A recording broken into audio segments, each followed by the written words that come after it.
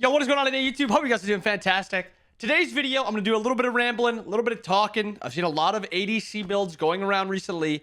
So I'm going to give my rundown on the starters and the base items that really matter. I'll touch a little bit on crit, a little bit on kins, and all that good stuff. And we'll talk about Zap's build. We'll talk about my current ADC build. And we'll just go through all of it and just kind of give explanations for a lot of things. Starting with the items, I think it's very easy to cut out just two of these items outright as just being bad items. I think both Death's Temper, this one is you're relying on a minion wave to get value out of this item. It's just not worth the risk. If you go into a fight at 80% strength 50% of the time and 100% strength 50% of the time, but that 100% is higher than other caps, it's just not worth it.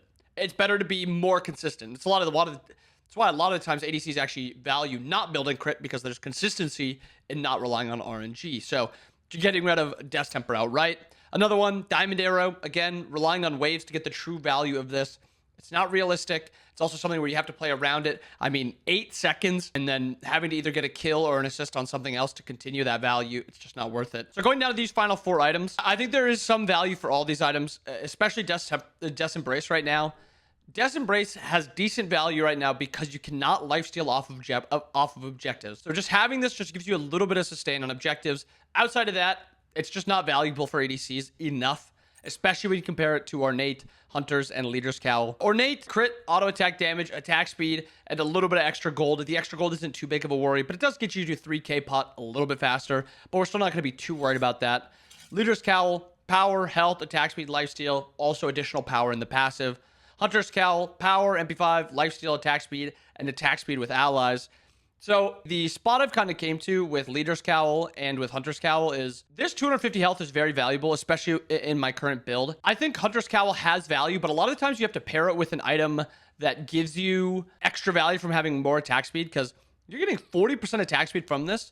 I think there could be some build with this in Silver Branch, and it could have some value. I haven't really touched on that too much, but there could be a niche of like Hunter's Cowl into Crimson Claws, Demon Blade, XE, Silver Branch, and then Deathbringer. And there could be value in this build. I've not ran it. I've not tried it. I don't know how much value will be in this build. It's not something I have tried, but there is potential for this. But I don't want to focus too much on Hunter's Cowl because I think it is still slightly weaker than Leaders and Ornate. I think both of these two things do stuff very well. And first, we'll start off talking about the Zapman build. So Zap's build currently is Ornate, Devs, and then it kind of switches up a little bit. XE, Kins, Dominance, and Deathbringer. The value of this item is you're getting 20% pen on auto attacks on the crit. You're getting 21%? I always forget what this is. It's changed a lot. 28% on Executioner. Kin size is also getting value from this 28%.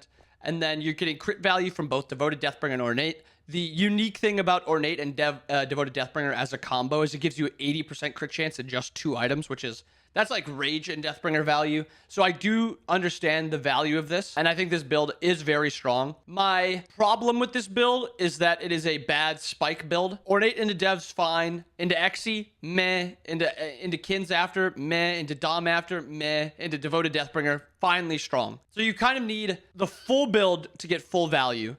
There is a little bit of value here because you're getting Kins and XE together. There's a little value having Dom and Ornate, but you're not having the consistent crits. But it's a strong late game build, but I do think it has a okay at best curve. The build that I've been running that I've really thought is OP is Leader's Cowl, Crimson Claw, Demon Blade, XE. This depends on if you have like an Apollo passive, Artemis 1, a really strong stim.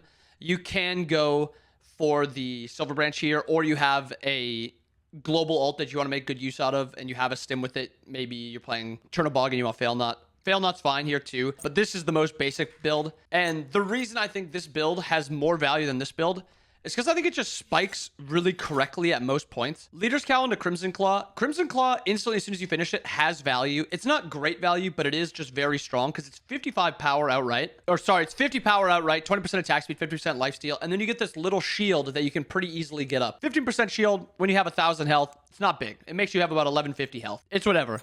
But the power, the attack speed that you get makes it so you can kind of fight a little bit easier than Devourer's Gods can. And then into this Demon Blade. Demon Blade second is the best spike you can have. Power, attack speed, the chance to crit to just outright win a fight, and a little bit of pen. So if somebody does rotate over that's a little bit tankier, you have this extra crit chance.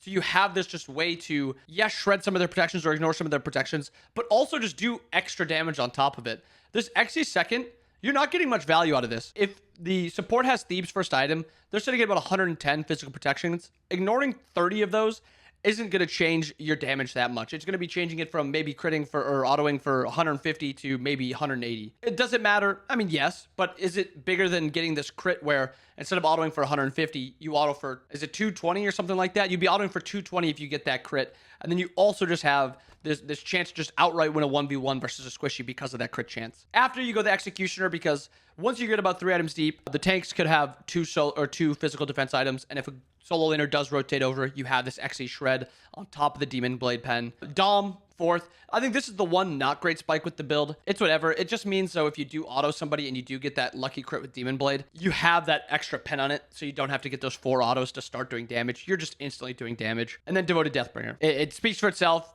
Devoted and Demon Blade together give you about 65% crit, which is good. The reason I think this build is better than this one is Leader's Cowl, Crimson Claw, and Crimson Claw in general, I think, is misunderstood. Crimson Claw is not a solo crit item. It's never been that. It's not good at that. It's a 50% lifesteal item. It is like Cowl. Nobody builds Cowl and is like, oh, I got all the lifesteal I need. That's not what it does. It gives you the chance to build it with another lifesteal item that just gives you value outside of it. So what do these two bring value to? Or what is their value as? Leader's Cowl is giving you 250 health. This is giving you 50% max health shield. So on a god like CERN, sitting at level 20, 2600 health, a 15% shield on 2600 health is 400 health. So you're sitting at about 3000 health that they have to get through, which is crazy. That is crazy, the amount of sustain or the amount of health that you have. And on top of that, you're life stealing for 30%. On top of that, you are shredding them with your crit damage, all this good stuff. And if you get dove by an assassin, you just out trade them because you're a 3000 health character with 30% lifesteal, 60% crit. I mean, we'll say 30% pen, 30% from XE, and then a little bit from Dom and Demon Blade, 30%, 30%. There's so much value in this build, and I think it just spikes a lot better. And again, I don't think Zap's build is bad. I just think there's more value in this build, and I'm actually interested to see what other ADCs, if they've tried to build like this, would think about it. But because I think this build has no weaknesses, and I think it is very strong. Lastly, what I talk about is lifesteal items, because I think lifesteal items are outright misunderstood. Aussie, Crimson Claw, and Devos. In the current game, I think Aussie is the worst lifesteal item by a massive margin, even more than last year, because at least last year, you could go out of combat heal if you got below 60% and use that Aussie proc to heal up a little bit quicker. But it does not matter. 1, you lifesteal less off creeps, so this extra lifesteal when you're low doesn't matter too much. 2, when you're getting dove, usually it's a god that's hitting you. Yes, you could be dying to fire. So what? Who cares? That's a niche scenario that we won't touch on.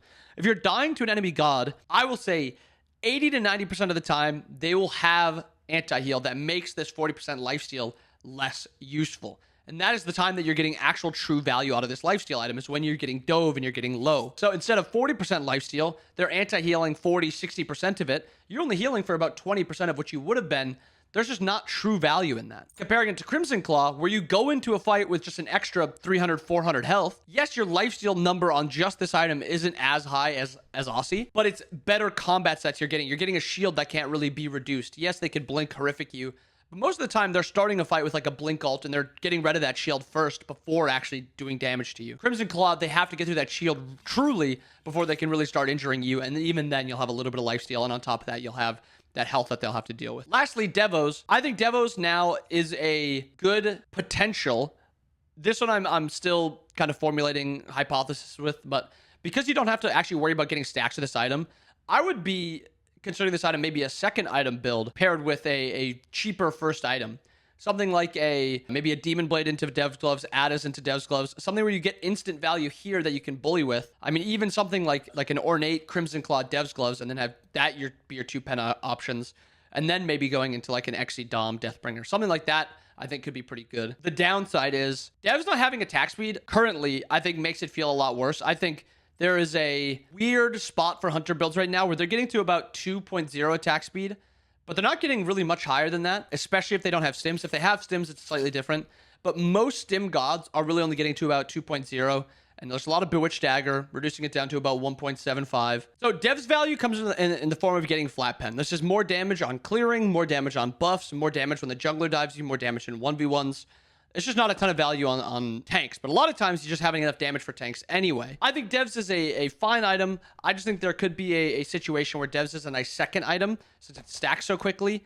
And it's the same problem I have with Trans, the same problem that I have with Book.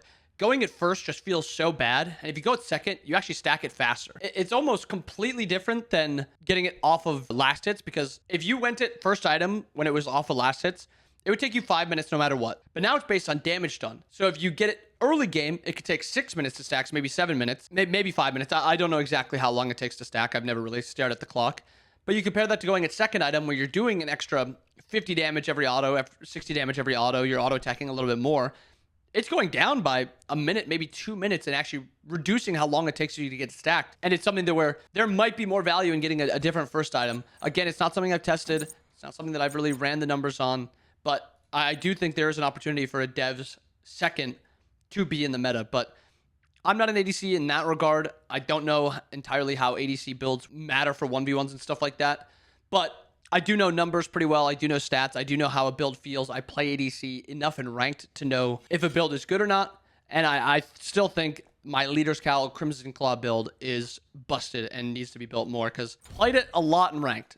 And if you watch me streaming every morning, Monday to Friday, I mean, 24K, I died one time with this build. You get the Inventive Bexy, you get the Deathbringer also. Like, there's way too much in this build. Yes, I went Silver Branch because I was playing Apollo. But there's that one. But another one right here, Izanami, 13.4 or 13 and 5, 28K, highest damage in the lobby again. X-Ball, I died a lot, same build, but I mean 28K, I'm getting a lot of damage off, and I'm pretty sure I went a somewhat funky build on this X-Ball because I wanted to try Trans to get Trans stacks, but I started this game 1-3 or 1-4, I think. But yeah, ADC builds, me talking about it, me ranting about it. I hope you guys enjoyed the video. Comment down below if you guys have been running a specific build. Also, if you've tried mine or Zap's build, let me know what you think about them. I hope you guys enjoyed it. I hope you guys have a wonderful rest of your day. See you guys again next time. Peace.